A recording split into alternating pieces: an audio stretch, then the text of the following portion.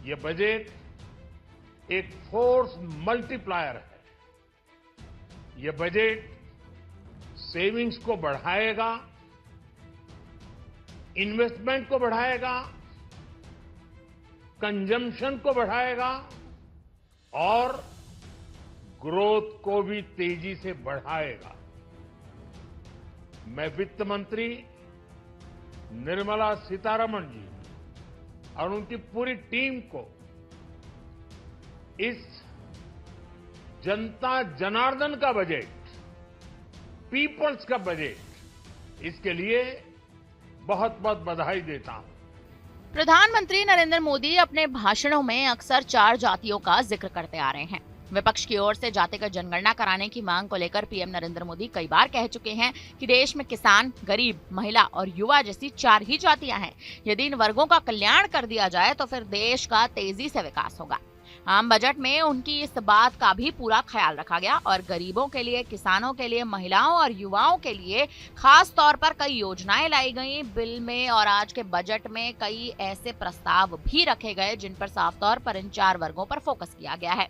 सबसे पहले किसान की बात की जाए तो उनके लिए प्रधानमंत्री धन धान्य कृषि योजना का ऐलान करते हैं। इसके तहत देश के 100 जिलों के 1.7 करोड़ किसान परिवारों को कवर किया जाएगा। इसके अलावा कपास उत्पादन में जुटे किसानों के लिए भी 5 साल तक मिशन चलाने का ऐलान किया गया है। सरकार का कहना है कि कपास का उत्पादन और गुणवत्ता बढ़ाने पर जोर दिया जाएगा। किसानों के लिए कर्ज में भी बड़ी राहत का ऐलान हुआ है। देश के 7.7 करोड़ क्रेडिट कार्ड धारक किसानों को अब 5 लाख रुपए तक का लोन मिल सकेगा।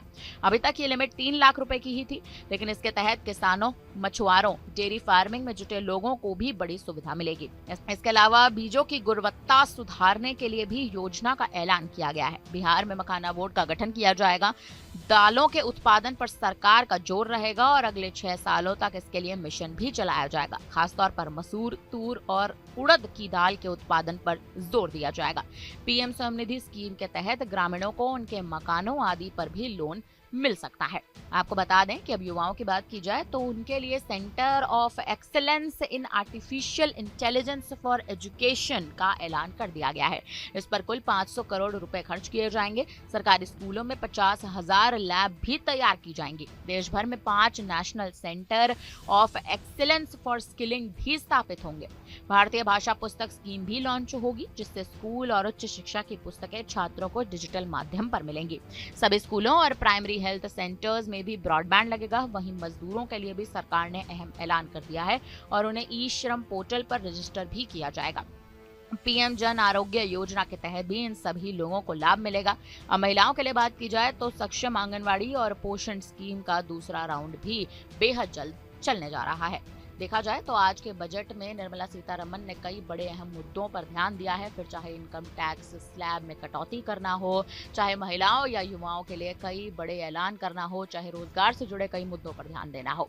फिलहाल अब आने वाले समय में आखिर तमाम ऐलान भारत की जनता के लिए, सीधे तौर पर कहें तो मध्यम वर्ग की जनता के लिए और मिडिल क्लास के लिए कितने फायदेमंद साबित होंगे, ये देखना बेहद दिलचस्प होगा।